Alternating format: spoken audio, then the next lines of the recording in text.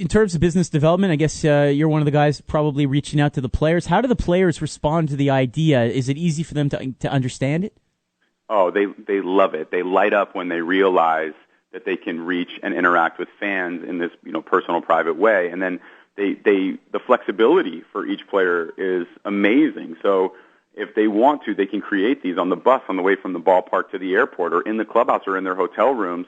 And they know that they can put all of their energy into these creations, and the fan is going to feel that. So sometimes I think it's difficult to connect with the fan when you're busy and you're doing, when you have a whole bunch of things on your list to do that day.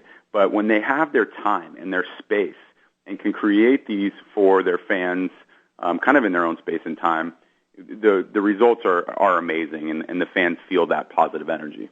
Now, of course, part of the story that was in the local paper was about the affiliation with the Rays, and what's the connection with the Rays?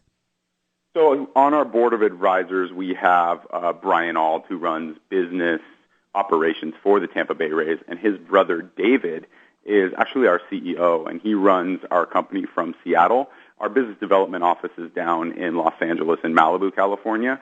And then we have a few members of the Tampa Bay Rays organization on our board of advisors, so there's your connection.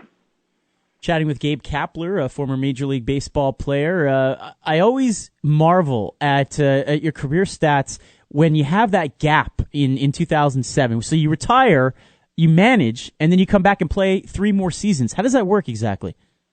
Well, I managed. So in 2005, I had an Achilles tear, and any of your listeners may or may not know that an Achilles tear is a pretty serious injury.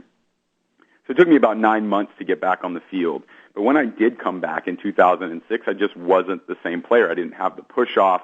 My first step quickness wasn't the same. Going to get a fly ball, I didn't feel as explosive or as powerful. And that was actually, my confidence took a hit from that.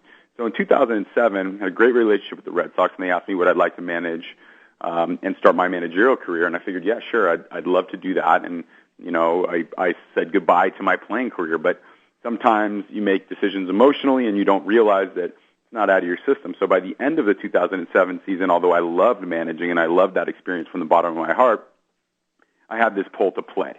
And so I had a conversation with my wife, and I said, look, I think I can really still do this. And I spent the off season getting ready. Doug Melvin, there's a Canadian name for you, was willing to give me a shot in spring training to make the Brewers. I made the team, and I had a great season in 2008. Parlayed that into a deal with the Rays in 2009. Had another good year in 2009. And 2010 was just a less than positive year, and that was enough. I wanted to go be with my family. So that's basically how it wrapped up. I did take one more shot at spring training in 2011 with the Dodgers, which was the only place I was willing to play to be close to my family. Didn't make that team, and then I decided it's time to start my business career. So that's where I am today. So no more thoughts of managing in the short term? In the short term, no. In the long term, absolutely. So my intention is to see my sons. I have a 12-year-old and a 10-year-old. Both play football.